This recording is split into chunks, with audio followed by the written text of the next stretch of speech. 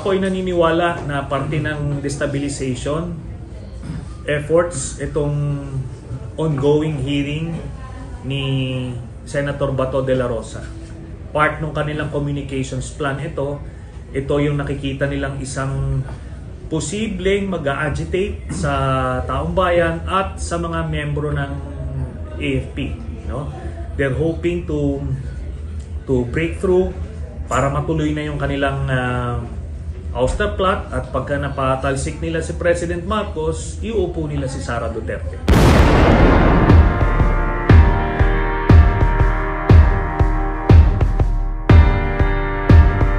Our democratic allies, no? At hindi sila nalapit kailanman sa China, kahit nung panahon ni Duterte ay pilit silang nilalapit sa China. So, alam nila yung ganong mga galawan, at predominantly anti-China ang AFP. How extensive yung kanilang stabilization plan? It's very serious, no? Sabi ko nga, may mga nagre-recruit na mga kilalang personalidad na former senior officials of the AFP and the Duterte administration. Meron mo ba na-identify na nag-recruit? Yes, meron. Can you share us some well, hindi po natin ma-share kasi constantly minomonitor pa sila. active? No, retired. Retired military officer? Retired na konektado kay Duterte. Cabinet? Yes. Lalaki, babae? Hindi. Retired ito. Retired former retired AFP officer na naging kabinete ng Duterte administration. Pero sa tingin nyo na-check ito ng AFP? Na-check na doon? Yun ang nakakalap namin from our sources na minomonitor itong mga ito. May economic sabotage, hindi po ba sila ginagawa? I believe, well, based dun sa information na nakalap namin, mga Davao Group din yung mga nagmaniobra doon sa pag-increase ng presyo ng sibuyas, sukal at iba pa.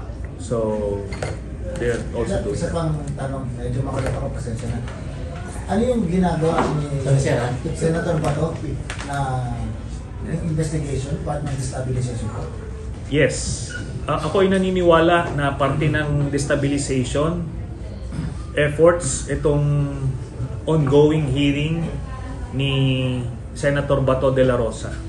Part ng kanilang communications plan ito yung nakikita nilang isang posibleng mag-agitate sa taong bayan at sa mga miyembro ng AFP, no? They're hoping to break through para matuloy na yung kanilang ouster plot, at pagka napatalsik nila si President Marcos, iuupo nila si Sara Duterte. Sir, medyo kahit may ignorance or innocence, paano mapapadalsik ang Pangulo through that Bato investigation? Ito, part lang ito ng communications plan, no? Ito para painitin at paingayin ang gusto, at ididikit dyan yung yung economic situation natin. So maghahanap sila ng paraan para nga mahila nila, makumbinsi nila ng taong bayan na umaklas, no? At more importantly, para makakuha sila ng suporta sa AFP. Sir, isa pa, kaya pa sa kulit ko. Nabanggit yung June, July, lalabas yung, at least yung first batch ng arrest warrant. Yeah. So, meaning yung destabilization yung magpipik as June arrive. Palagay ko coincidence lang yan. Kasi itong pag-e-escalate nila ng kanilang destabilization efforts, magko-coincide ito doon sa June 30 na date kung saan magto 2 years na ang termino ni Vice President Sara Duterte, and therefore kung makakapwesto siya after that, eligible siya for re-election sa 2028, just like what happened nung kay GNA. So, tinatarget yung 10-year rule. Yes. Isa yon sa tinatarget. Kasi sinusubukan nila before, kung natuloy yung kanilang coup, rebellion, withdrawal of support, people power, kung ano man, ay pwedeng si Duterte mismo ipepwesto nila, or kung via impeachment, si Sara Duterte ang ipepwesto nila. So, yun yung kanilang mga options. Pero sa arrest warrant na maaaring lumabas, nagiging crucial pa rin ang papel ng Supreme Court. Of course, alam natin kung sino nag-appoint ng 12 o 13 maestrado ng Korte Suprema.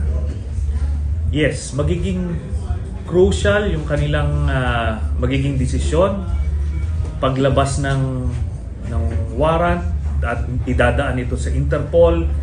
I can almost predict na magpa-file sila ng petition for TRO para siguraduhin hindi makagalaw yung PNP at maaresto sila. At yan ngayon ang magiging next milestone, no, dito sa paghanap ng hustisya sa mga namatayan ng dahil sa EJK. Ngayon, kailangan din natin sabihin na yung Korte Suprema a few years ago naglabas sila ng desisyon na basically affirming na may jurisdiction yung ICC nung panahon na miyembro pa tayo, no? At sabi nga doon, hindi dapat valid yung withdrawal kasi unilateral on the part of Duterte yung ginawang withdrawal. Kailangan may concurrence pa rin ng Senado. Pero ginawang moot and academic yon kasi naging effective yung withdrawal nung March of 2019. So since from November 2011 up to March 2019, miyembro tayo. Nagdesisyon na yung Korte Suprema doon, 15-0. So it would be very difficult for them also to overturn their own decision.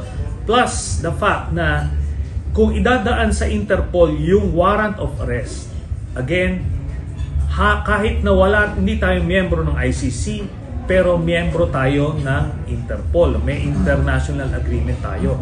Ang ICC naman may cooperation agreement with Interpol, kaya pwede sila magpasa ng red notice dyan. At gaya nga itong kaninang sinabi ko nung simula, base sa ating impormasyon na nakalap, na latest, dun sa 50 plus former and active PNP officials na sinulatan ng ICC, meron doon mga nag-cooperate, at yung mga hindi nag-cooperate ay malamang sa malamang mai-issuehan ng blue notice or yung tinatawag nilang blue diffusion, na kung saan pag lumabas sila ng bansa, kung saan man sila pupunta ay mahaharang sila sa immigration pa lang.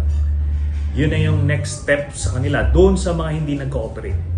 Tapos eto nga, aside doon sa 50 plus na yon, merong 8 persons of interest.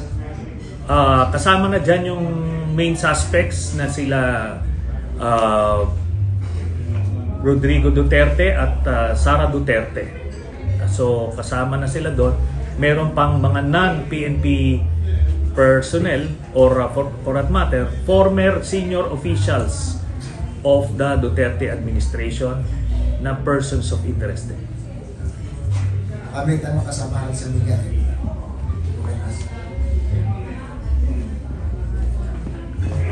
Sir, kapag sinabing cooperate, ano exactly yung ibinigay nila ng info o cooperation na binigay nila doon sa ICC operation? Ganito po yan, nag-cooperate sila in their individual capacity, hindi in their official capacity, no? Kasi yung iba kasi dito, mga retirado na, mga individuals na lang. Ngayon yung sinasabi na panakot ni Solgen Guevara, na by the way, DOJ ito ni Duterte, self-serving para doon sa amo niya, no? Tinatakot nila na kukulong daw sila pagka nag-cooperate. There's no such crime, no? Na pagdedepensahan mo yung sarili mo sa isang international tribunal, kailangan pag hiningan ka ng, kumbaga, ika nga dito sa atin, counter affidavit, pagka hindi ka nagsumiti ng counter affidavit na yon, ikaw ang mapapahamak in your individual capacity. Kaya yun ang ginawa nito mga nag-cooperate, no? At malaking bagay yan dun sa pagbuo ng kaso. May ikamakit ko, sir, na sa ongoing attempts to establish the government, may active PNP officials din na parang gumugo sila or affirmative sila doon. Pwede ko ba, sir, i-expound? Meron pong mga na-identify na active PNP officials, active and retired actually, PNP officials na sumasama dito sa destabilization efforts. Pero base sa impormasyon natin, na-identify na sila at mahirapan na silang gumalaw. Ay, ranking ito, sir? Yes. Ito yung mga Davao Boys. Davao Group. May hiniral po doon na pulis. Basta't high-ranking officials na. Sure, based on history, puro Davao galing yung mga nakalipas na PNP chief. So is it safe to say na including former PNP chief kasama dito sa Distablan?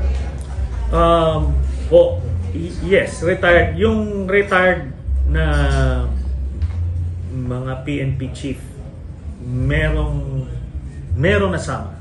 Hindi kasama retired PNP chief. Ilan po? Sa Ilan? PNP chief. Ako dapat di ko na nga nasabi yun, pero Kasi puro Davao lang naman sila eh. hindi, meron namang hindi, si General Eliasa for example, di naman kasama, di ba? Bago sa dire-diretso yun. So basta may mga na-implicate dito sa ouster plot na ito, na retired and active high-ranking PNP officials. Kumusta yung effort nila so far dun sa destabilization plus? So far, since hindi sila nakakabutas pa sa AFP, malabo pang mag-succeed, no? Pero may active recruitment, no? Yung gaya nga nung na-mention ko kanina, na-identify na rin yung mga nagre-recruit na former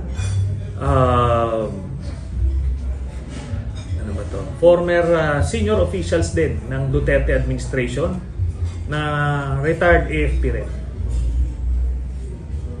You mean, may mga PNP retired recruiting on the No. PNP side. May AFP rin na retired recruiting for the AFP.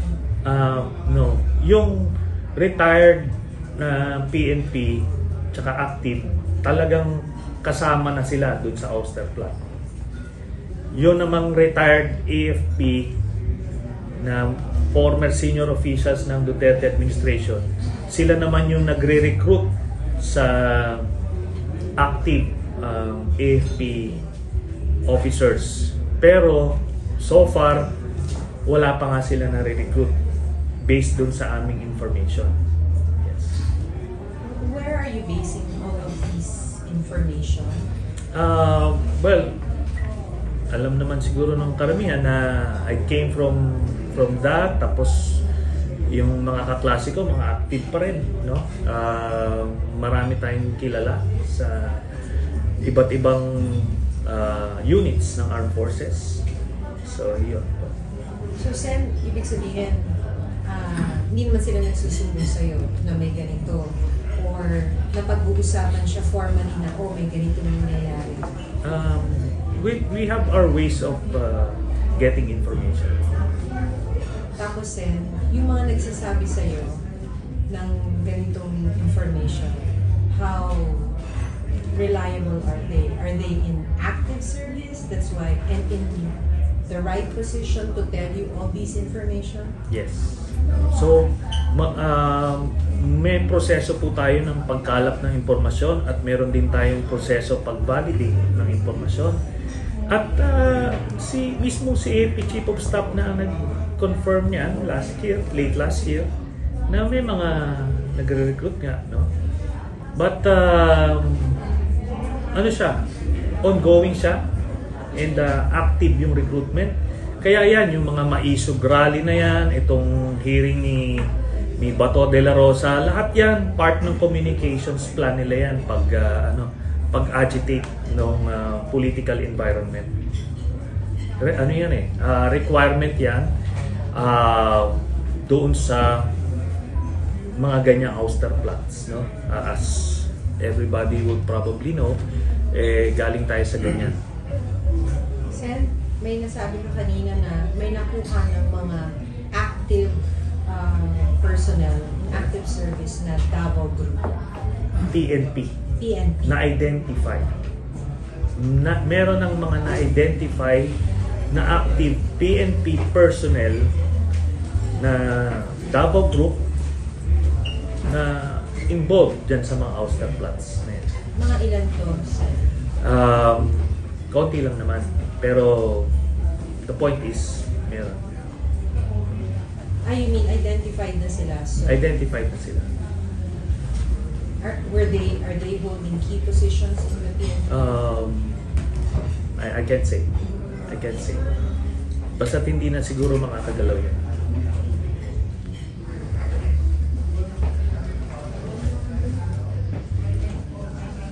Sen, more than 5? Ano yan? Hindi. More than 5? No. Junior officers, senior officers? No, as I mentioned kanina, ano siya, senior PNP officials. Kaunti lang ito. Mabibilang mo to sa isang kamay. Yung mga na-identify. May hindi pa kaya identified? Ano na, I think na monitor na sila lahat. Yung Davao Group kasi